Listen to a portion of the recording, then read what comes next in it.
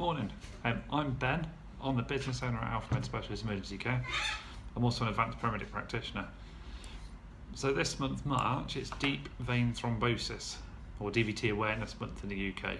And I just wanted to share some information with you about blood clots, about the risk factors, how to prevent them, and the signs that you need to look out for.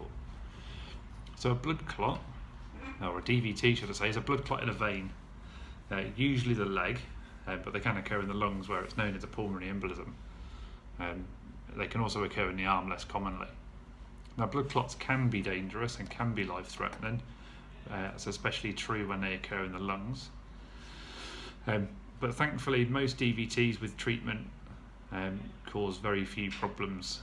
But it is important that they're investigated and recognised promptly. So anything that stops your blood from flowing or clotting normally can cause a blood clot. And there's a few different risk factors that we'll talk about in a second. So certainly for over 60 years old, if you're spending prolonged periods of time sitting still, so certainly for more than 3 hours at a time, particularly things like long haul travel or when we're sitting at a desk for hours on end. If we've had recent surgery, a recent major injury, and it can occur during infection, since clotting and inflammation are part of the same process.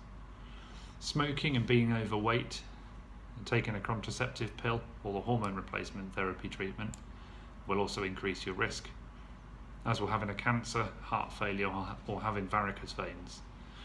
There's a few things that we can do though to prevent them. Keep moving. So since our calf muscles are responsible for a lot of pumping blood back from the legs, it's important that we keep the legs moving. So if we're sitting still for a while, or on a plane, or in our home office for hours on end, avoid crossing your legs and try and get up and move around regularly. If you smoke, stop smoking. Drinking plenty of fluids and staying hydrated will decrease your risk of DVT, as will being a healthy weight, since obesity is a major risk factor.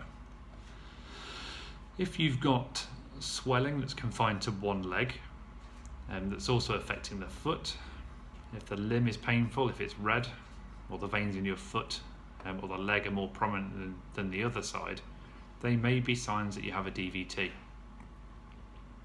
If you have a pulmonary embolism, it's by far the most serious complication from a DVT.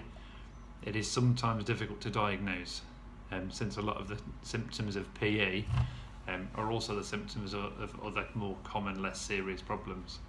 But certainly if you've got a sudden onset of breathing difficulty, if you've got any sharp stabbing chest pain, particularly that's worse when you're breathing, or your heart beats rapidly, that may be a sign that you've got a PE. Less commonly though, PE can cause cough, it can make you cough up blood, and it can cause a temperature.